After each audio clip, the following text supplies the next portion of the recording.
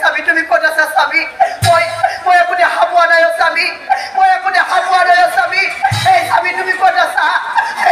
মই পুত্ৰৰ মুখ চোৱাৰ লগে লগে নেদেখা হৈ পৰিলো স্বামী স্বামী মই পুত্ৰৰ মুখ চোৱাৰ লগে লগে নেদেখা হৈ পৰিলো স্বামী স্বামী তুমি এবাৰ চোৱা স্বামী পুত্ৰক কোনেবা লৈ গ'ল আমাৰ পুত্ৰক কোনেবা লৈ গ'ল তুমি এবাৰ চোৱা স্বামী তুমি চোৱা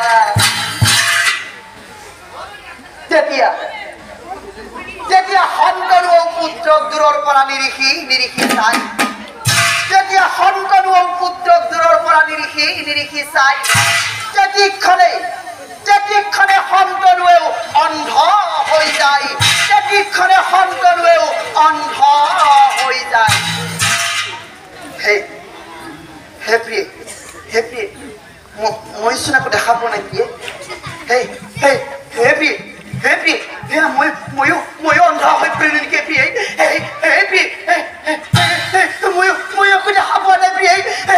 কোন ক'ত আছা মই একো দেখা পোৱা নাই কোন ক'ত আছা ময়ো দেখা পোৱা নাই প্ৰিয়ে পিতা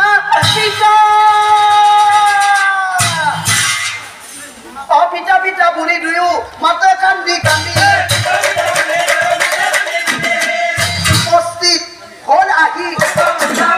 সত্যব্ৰতামুনি উপস্থিত হ'ল আহি আৰু তেতিয়া পিতৃ সত্যব্ৰতাই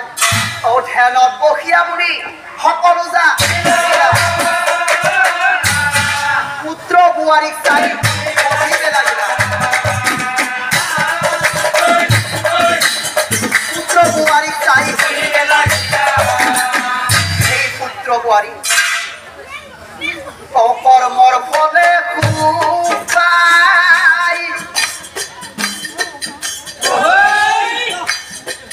কৰ্মৰ ফলে দুখ পাই কৰ্মৰ ফলে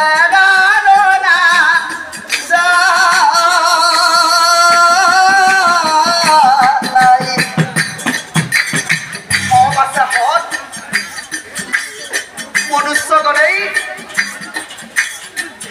যিয়েই যিটো কৰ্ম কৰে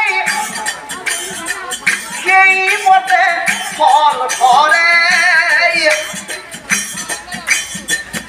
এই কথা জানিবা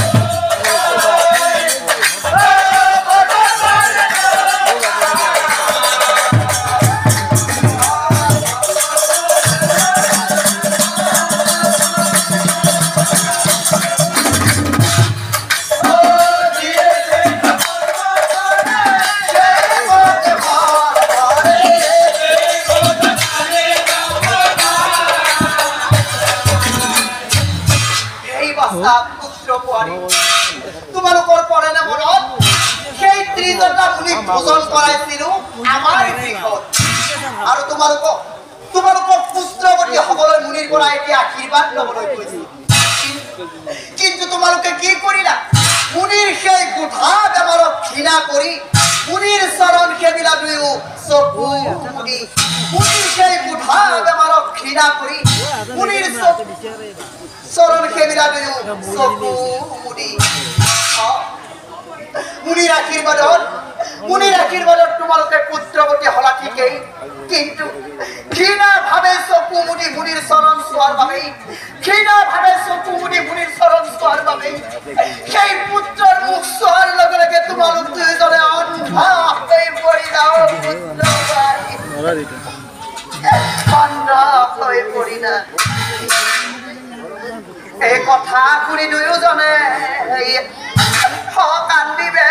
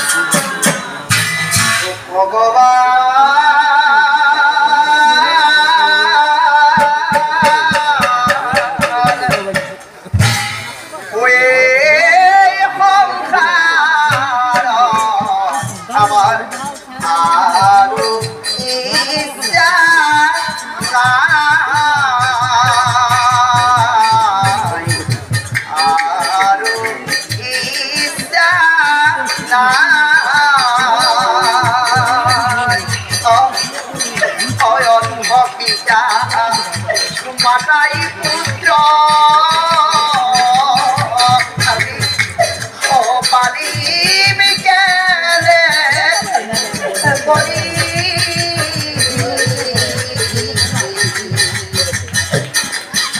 ভগবান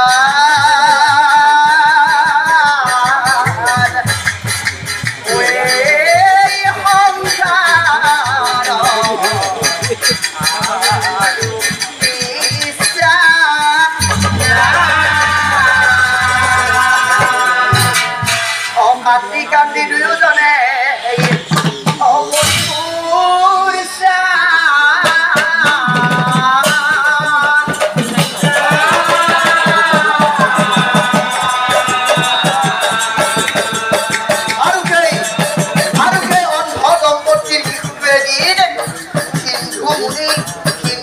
নামে বাঁচে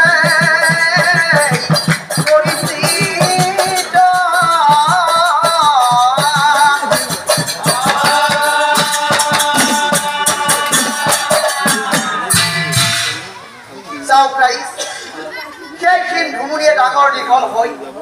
অন্ধ পিতৃ মাতৃক কিমান কষ্ট কৰি কান্ধত তুলি লৈ ঘৰত পোষণ দিছিল এই কথা হয়তো আমি বহুতেই জ্ঞাত কিন্তু আমি কিছুমান লোকে কি কৰিছো নিজৰ জন্মদাতা পিতৃ মাতৃক ভৰণ পোষণ দিয়াৰ পৰিৱৰ্তে নানা অত্যাচাৰ কৰি বৃদ্ধাশ্ৰম বাটে বাটে ফুৰিবলৈ বাধ্য কৰাইছো সেই পৰম শ্ৰদ্ধাৰ নাম মিৰাই কিয় আমি অকণমান পিতৃৰ বাবে মৰম উলিয়াব নোৱাৰোনে নাযায় অকলে আমাৰ পিতৃ মাতৃক কৰা মৰমৰ ফলত তেওঁলোকৰ পৰা পোৱা আশীৰ্বাদে আমি সদায় সদায় সুখী হৈ থাকিব পাৰিম আৰু সিন্ধুমুনিৰ পিতা মাতা কিয় অন্ধ হ'বলগীয়া হৈছে মানুহে মানুহক ঘৃণা কৰাৰ কাৰণেই তেওঁলোক অন্ধ হ'বলগীয়া সেইকাৰণে কৈছো কোনোদিন মানুহক ঘৃণা নকৰিব পাৰিলে ৰোগীক অকণমান শুশ্ৰূষা আৰু সেই শুশ্ৰূষাৰ পৰা আপুনি নজনাকৈ আপোনাৰ